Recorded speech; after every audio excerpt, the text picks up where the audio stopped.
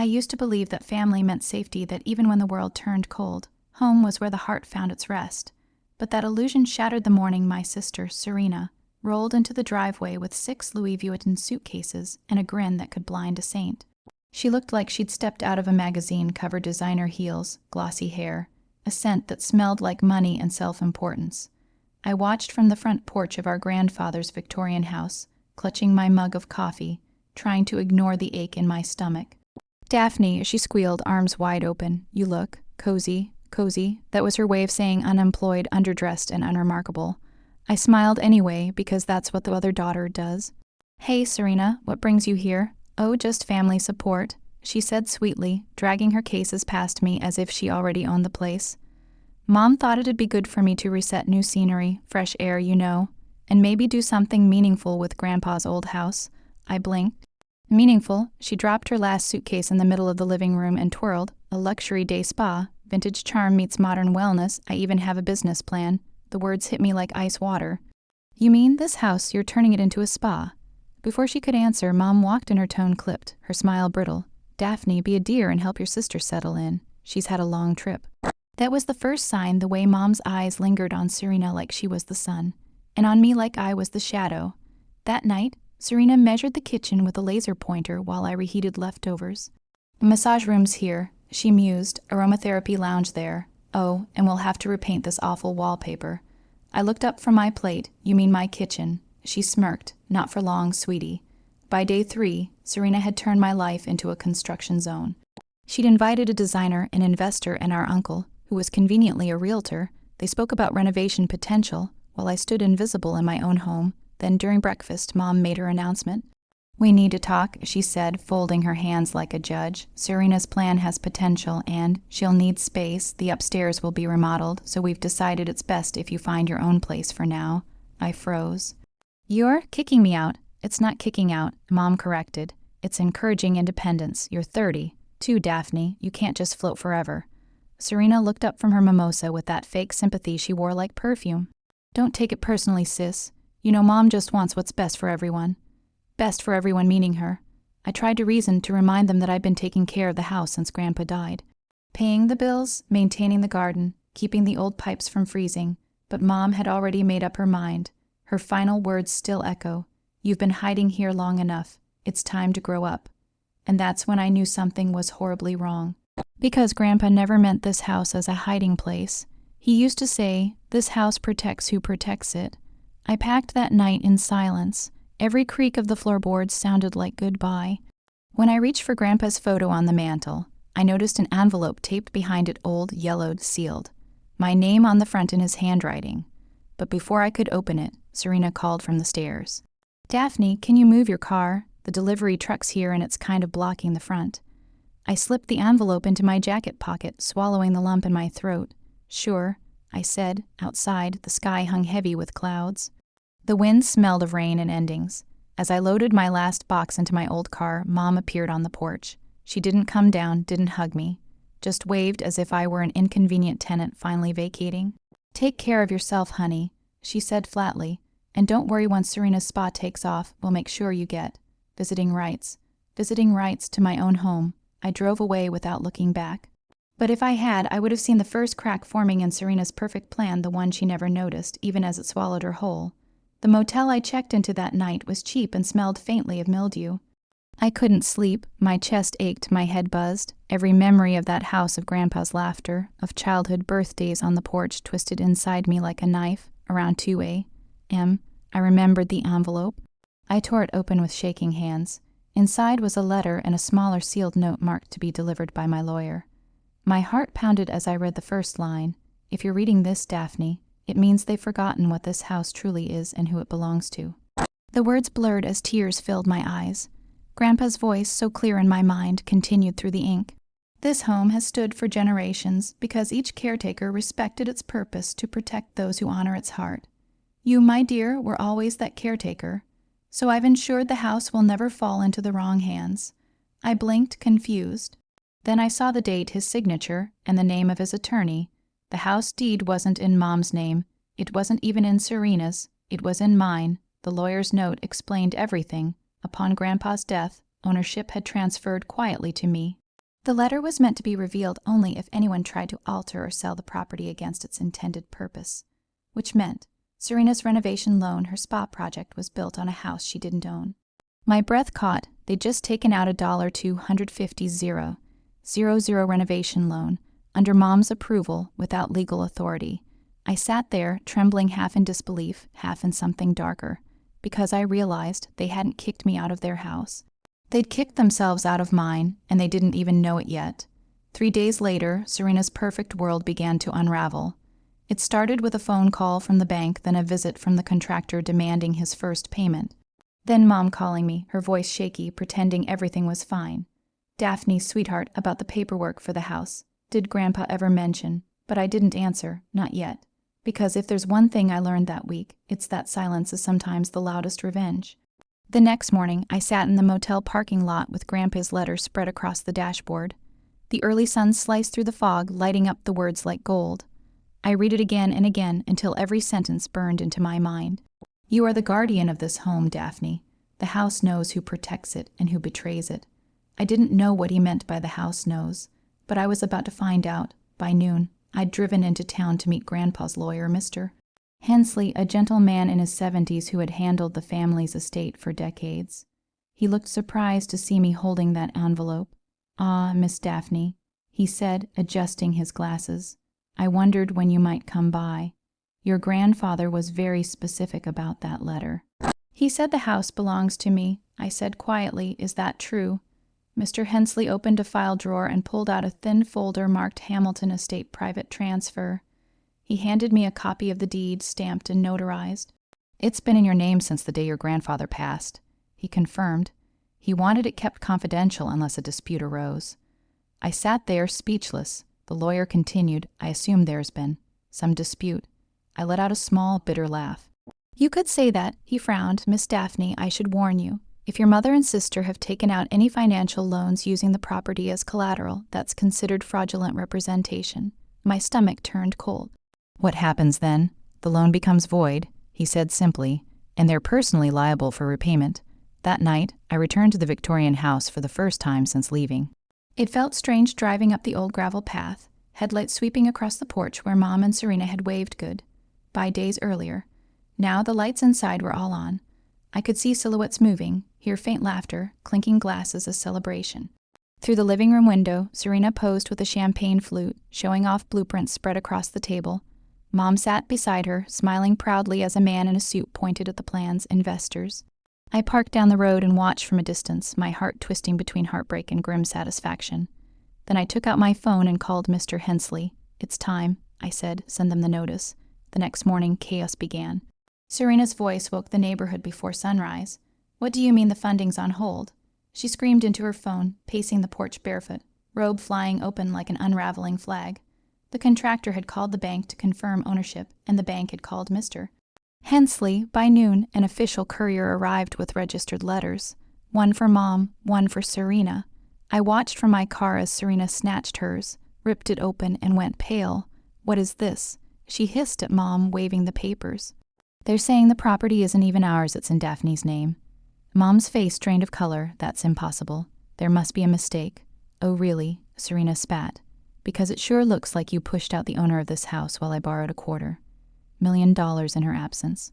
By afternoon, my phone began buzzing with calls. First Mom, then Serena, then Uncle Mark. I didn't answer any of them, not yet. Instead, I visited the house again that evening, not to gloat, but to see for myself what they'd done. The front door was unlocked, boxes everywhere, the scent of dust and half-torn wallpaper in the air. In the living room, half the floorboards had been ripped up. The chandelier was gone. The fireplace mantel, Grandpa's favorite, had been sanded down for modern appeal. My stomach knotted. Everywhere I looked, the house looked like a ghost of itself, stripped, violated, repurposed. Then I heard Serena's voice behind me. "Well, well, look who finally decided to show up." I turned. She stood at the foot of the stairs, arms crossed, expression brittle with anger. "I suppose you're here to collect your victory prize." She sneered. "Congratulations, sis, you ruined everything." I kept my voice calm. "You ruined it yourself. You lied to a bank. You took what wasn't yours." "Oh, please," she snapped. "You were squatting here for years doing nothing. Grandpa probably signed that thing when he was losing his mind. My chest burned. Don't talk about him that way. Why not? He's the reason you think you're better than everyone. Newsflash, Daphne, you're still the same pathetic woman who couldn't even keep a boyfriend or a job or a clue. Her words cut deep, but I didn't flinch. Instead, I looked her straight in the eye and said quietly, "This house never belonged to you. It never will." Then I turned to leave, but before I could reach the door, Serena muttered behind me, "You'll regret this. You always do." I didn't answer, but as I stepped outside, thunder rumbled overhead, and for the first time I swore the old house creaked. Almost like it was alive, 2 days later, the official legal notice hit them like a bomb. Mr. Hensley had filed the property claim, freezing all renovation work and invalidating the construction permits. Serena's business loan was placed under review for misrepresentation. Mom called me 12 times that morning. When I finally picked up, her voice was trembling. "Daphne, honey, we didn't know. We just thought you thought wrong," I said coldly. "You let her destroy everything Grandpa built." Mom started crying softly. "Can't we fix this? Can't we just? You kicked me out, remember?" I said. "Now you can figure it out without me." That night, something strange happened. Serena stayed at the house alone after Mom left to cool off. Around midnight, I got a message not from her, but from one of the contractors. "We heard noises in the house after we left, like someone walking upstairs. Serena thought it was you. I wasn't there." And neither was Mom. But the next morning, Serena posted a panic story on her social media, a shaky video from inside the house. She whispered, "Someone's in the attic. I can hear footsteps. I called the police, but no one's there." When the video cut off, my skin prickled. Because Grandpa used to say something about that attic. He called it the Watchtower, a place that protects who protects it. I drove to the house again that night. The police were already there, patrol cars in the driveway, an officer talking to Serena outside. She looked exhausted, terrified, her hair a mess. When she saw me, her face twisted in shame and relief. "Daphne," she whispered, "I swear. Something's wrong with this house, doors opening on their own, lights flickering. It's like it hates me." I didn't smile. I didn't gloat. I just looked at her and said, "Maybe it finally recognizes who doesn't belong." The officers left after finding nothing unusual, but that night, Serena checked into a hotel. And by the next morning, she'd posted an update taking a break from the spa project for now. The investors pulled out, the bank demanded repayment, Mom stopped answering her calls. Everything Serena built on lies was crumbling, and I hadn't lifted a single finger, but I wasn't done, not yet. Because there was still one more truth to uncover, the real reason Grandpa left the house to me. I needed to know what the Watchtower really was, and why the house seemed to move against Serena on its own. So that night, I went back inside, alone. The door creaked open, the air colder than it should have been. The hallway lights flickered weakly as if the house were breathing. I climbed the stairs slowly, flashlight trembling in my hand. At the end of the hall, a narrow pull-down ladder led to the attic. The air changed the moment I climbed up, thicker, charged. My light landed on something under a dusty sheet. I pulled it away and froze. It wasn't furniture. It was a large framed portrait of Grandpa. And me, but the strangest part, the background wasn't the house. It was the Watchtower, and carved into the frame were the words, "The Protector always returns." My heart pounded. Somewhere below, I heard the faint creak of the front door, even though I'd locked it behind me. Someone or something had just entered the house. I turned off the flashlight and held my breath. The floorboards groaned. One by one, drawing closer to the attic stairs, and in that moment, I finally understood what Grandpa meant. The house knows who protects it, and who betrays it. The air inside the attic felt alive, like the house itself was holding its breath. I crouched behind the old trunk, clutching my flashlight, my pulse pounding in my ears. Footsteps echoed below, slow, careful, deliberate. Someone was inside. I could see faint light flickering through the floorboards, the glow of a phone screen sweeping across the hallway. Then a voice, familiar, shaking, "Daphne, are you here?" "Serena." I didn't answer. I wasn't sure if I wanted to or if I should. The last time she'd said my name, it had been through clenched teeth, dripping with cruelty. Now it sounded afraid. Her footsteps climbed the attic ladder slowly. Each creak made the wood beneath me shiver. When her head finally appeared in the dim light, her face was pale, her eyes darting wildly. She whispered, "I heard noises again. I thought maybe you came back to." Then her gaze fell on the portrait beside me. Her breath caught. "What is that?" I said nothing. She stepped closer, squinting at the carved words on the frame. "The Protector always returns. What is that supposed to mean?" And then, as if answering her, the light bulb above us flickered once, twice before burning out completely. The attic fell into total darkness. Serena gasped, "Daphne." I flicked my flashlight on, but the beam didn't land on her. It landed on the portrait, and for a second, just a second, the painted eyes of Grandpa seemed to shimmer. Serena stumbled backward. What the hell was that? The floor groaned beneath her feet. Then came the whisper, soft, low, curling through the rafters like a breath. Get out. Serena froze. Did you hear that? I stared at her. The house warned you. What? This house protects who protects it. I said quietly. You tried to destroy it. The temperature dropped, our breath fogged in the air. Somewhere in the walls, something creaked like footsteps inside the wood itself. Serena grabbed my arm. Please, Daphne, tell me what's happening. But before I could answer, the old trunk behind me rattled violently, its lid banging open as if something inside had burst to life. Serena screamed, stumbling into the ladder, her phone crashing to the floor. The flashlight rolled, its beam spinning wildly around the attic, flashing across the portrait again. And in that chaotic strobe of light, I saw the faint outline of a man's shadow behind Serena. Tall, still watching. When the light steadied, it was gone. But the attic door had slammed shut. We spent hours in that darkness, Serena crying, shaking, whispering prayers she never used to believe in. I sat quietly, staring at the portrait, not out of fear, but understanding. Because now I remembered something Grandpa once told me when I was little. Every guardian leaves a piece of themselves in this house. It remembers who loved it. It remembers who didn't. And I finally understood. Grandpa never meant the house protects itself. He meant it protects us, the ones who keep its promise. When dawn finally broke, the door unlocked by itself, a long, groaning sigh of release. Serena bolted down the stairs without looking back. I followed, slow and calm, my mind made up. By noon, she was gone. Packed her bags, her loan documents, her designer dreams, all of it, and vanished back to the city, posting something vague on Instagram about rebranding her life. Mom stayed silent for days. When she finally called, her voice was brittle. Daphne, she's in trouble. The bank froze her accounts. They're investigating the loan. They might sue. I didn't feel joy, not really, just closure. Maybe she should have thought about that, I said quietly, before she tried to erase me. Daphne, Mom said, her voice cracking, can't you forgive her? She's your sister. There was a long silence. Then I said, I forgave her the moment I left that house. But forgiveness doesn't mean forgetting. And I hung up. Weeks passed. The renovations were reversed. The house grew quiet again, peaceful, almost as if it was healing. I spent my mornings in the garden, pruning the roses Grandpa loved. In the evenings, I'd sit by the fireplace, reading by the light of the same lamp he used to fix watches under. Sometimes I'd hear faint footsteps upstairs, not threatening, just gentle, familiar, and once, while dusting the hallway, I found a note slipped behind a loose floorboard near the stairs. It was written in Grandpa's handwriting. When the house is tested, it calls its protector home. The rest it lets go. I smiled. For the first time in months, I felt peace. Then one rainy evening, Mom showed up on the porch. No call, no warning. She stood there in a soaked coat, her eyes tired and swollen. I didn't know where else to go. She whispered, "Can I come in?" I hesitated. Part of me wanted to shut the door to make her feel the sting of being turned away. But something deeper stopped me.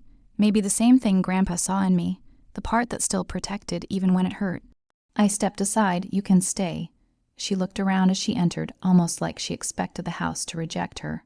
It didn't, but it didn't welcome her either. The air stayed cold where she stood. Over dinner, she finally spoke. I didn't mean to choose her over you, she said softly. I just always thought she needed me more. I didn't look up. You never asked what I needed. Tears rolled down her cheeks. You're right. The silence stretched, broken only by the crackle of the fire. Finally, I said, this house remembers everything, Mom. The good, the bad, the lies. But it also forgives if you mean it. She nodded, staring into the flames. Then I'll try. For the first time in years, we sat quietly, side by side, as the rain softened against the windows. A week later, Serena returned, unannounced, uninvited. She looked nothing like the golden child who'd once strutted through these halls, her hair dull, her eyes sunken, her voice trembling. Daphne, please, she whispered. I lost everything. The investors are suing me. I have nowhere to go. I stood at the doorway. The memory of that morning, her laughing, while Mom threw me out, flashed in my mind like lightning. But before I could speak, a gust of wind blew through the house, strong enough to rattle the windows. The chandelier above us swayed, its crystals chiming softly. Serena shivered. Why is it so cold in here? The fireplace flickered low, then flared suddenly, like the house itself was answering her.